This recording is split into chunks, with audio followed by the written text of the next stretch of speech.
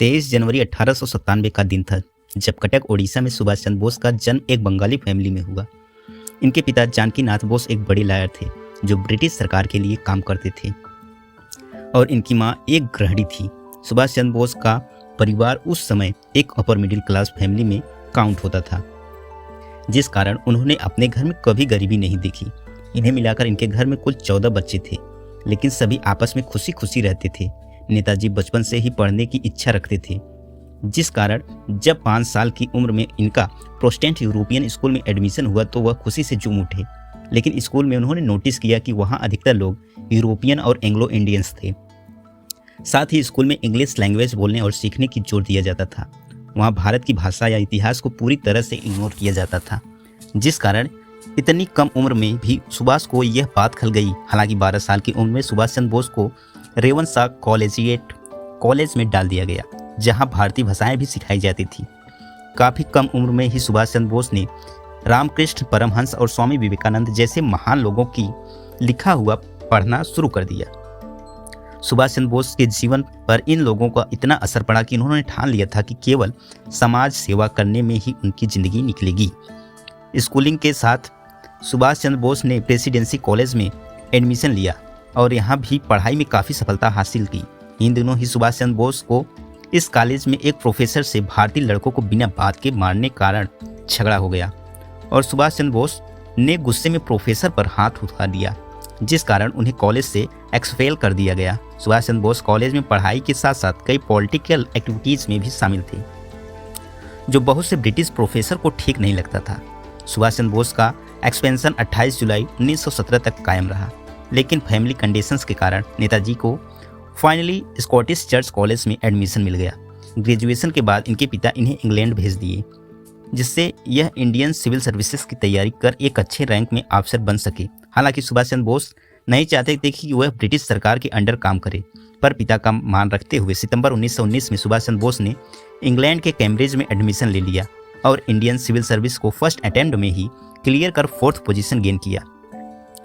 सुभाष चंद्र बोस जब यहाँ अपने प्रोबेशन पीरियड पर थे, तब उन्हें भारत के नेशनलिस्ट टर्मोइल्स के कई स्टूडेंट सुनने को मिलने लगे, जिस कारण सुभाष चंद्र बोस ने फौरन अपनी जॉब को ठुकराकर अपने देश का रुख कर लिया। सुभाष चंद्र बोस के डिसीजन से इनके पिता काफ़ी नाराज थे, पर इनके बड़े भाई सतर चंद्र बोस इनका हमेशा साथ देते थे।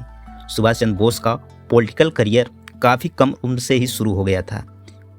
उनकी मां इंडियन नेशनल कांग्रेस से काफ़ी ज़्यादा प्रभावित थी और खुद नेताजी भी इससे जुड़कर देश को आज़ाद कराने के लिए तत्पर थे। इसलिए उन्होंने 1921 में कांग्रेस का ज्वाइन कर लिया। भारत पहुंचने के साथ ही सुभाष चंद्र बोस ने महात्मा गांधी के द्वारा शुरू किए गए नॉन कोऑपरेशन मूवमेंट में बढ़ चढ़कर हिस्सा लिया, जहां महात्मा गांधी ने सुभाष चंद्र बोस को पहचाना और एडवाइस दी कि वह बंगाल के फ्रीडम फाइटर चित्तरंजन दास के अंडर काम करे। इसी साल सुभाष चंद्र बोस ने कांग्रेस में शामिल होने के साथ ही महात्मा गांधी की लीडरशिप में असहयोग आंदोलन में एक्टिवली भाग लिया। अपने डेडिकेशन और देश प्रेम में वह इतने समर्पित हो गए कि वह तेजी से कांग्रेस में जाने लगी। सुभाष चंद्र बोस ने गांधी जी की एडवाइस पर बंगाल कांग्रेस का एक हिस्सा बन खुद को एक कमाल के यूथ एजुकेटर, जर्नलिस्ट और बंगाल कांग्रेस वायलेंस के कमांडेंट के तौर पर उभरा। यह वही समय था जब सुभाष चंद्र बोस ने स्वराज न्यूज़पेपर की शुरुआत की और अंग्रेजों के खिलाफ खुलकर लिखना शुरू कर दिया। इसी समय सुभाष चंद्र बोस को इंडियन यूथ कांग्रेस का प्रेसिडेंट और बंगाल स्टेट कांग्रेस की सेक्रेटरी भी सिलेक्ट किया गया। साथ ही इन्हें फॉरवर्ड नाम के न्यूज़पेपर और एडिटर भी बना दिया गया। असहयोग आंदोलन में गांधी जी ने देशवासियों से शांति और अहिंसा की अपील की थी, लेकिन देश में आंदोलन के दौरान जब अंग्रेजों के अत्याचार बढ़ाया, तब भारत के कई वीर सपूतों ने उनका जवाब दिया। इसी दौरान चौरी चौरा कांड हो गया, जिसमें भारतीयों ने पुलिस स्टेशन में आग लगा दी। इस बात से खफा होकर गांधी जी ने असहयोग आंदोलन को वापस ले लिया। इस बात से काफ़ी कांग्रेसी नाराज थे, लेकिन नेताजी के गुस्से का ठिकाना नहीं रहा। उन्हें लगा कि अगर अंग्रेज अत्याचार कर रहे हैं तो उन्हें उन्हीं की भाषा में ही समझाना काफ़ी ज़रूरी है।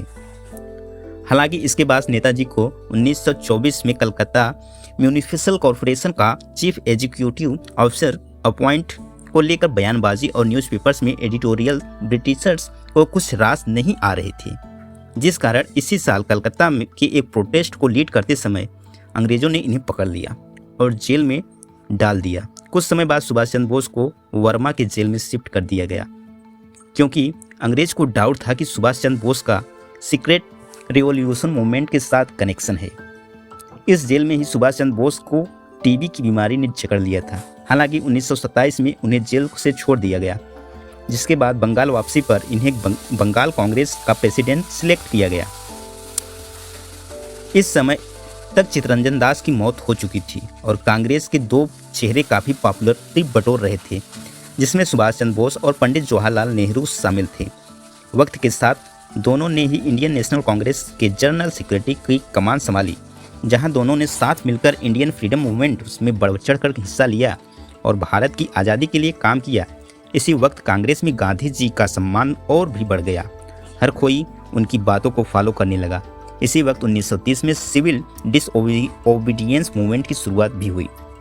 नेताजी की लोकप्रियता इस वक्त तक इतनी बढ़ गई थी कि उन्हें 1930 में कलकत्ता के मेयर के रूप में चुना गया था।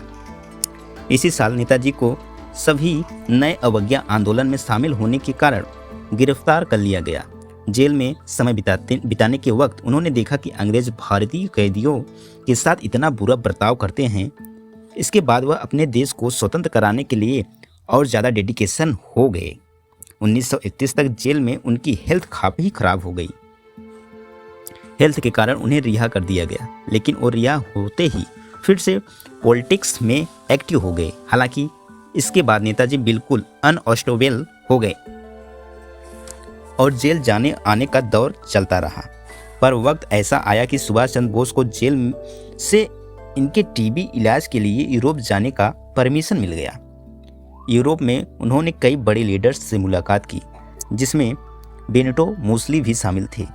इसी वक्त सुभाष चंद्र बोस ने अपनी पहली किताब द इंडियन स्ट्रगल को भी लिखा। 1936 में सुभाष चंद्र बोस ने भारत वापसी की और 1 साल और जेल में बिताया।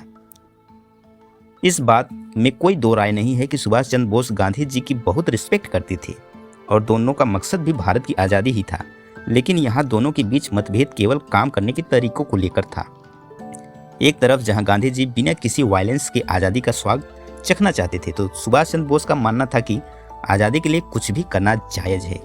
जहाँ गांधी जी का मानना है कि खून खराबे के बिना आज़ादी ली नहीं जा सकती, तो वहीं सुभाष चंद्र बोस तुम मुझे खून दो मैं तुम्हें आज़ादी दूंगा के नारे लगाते थे।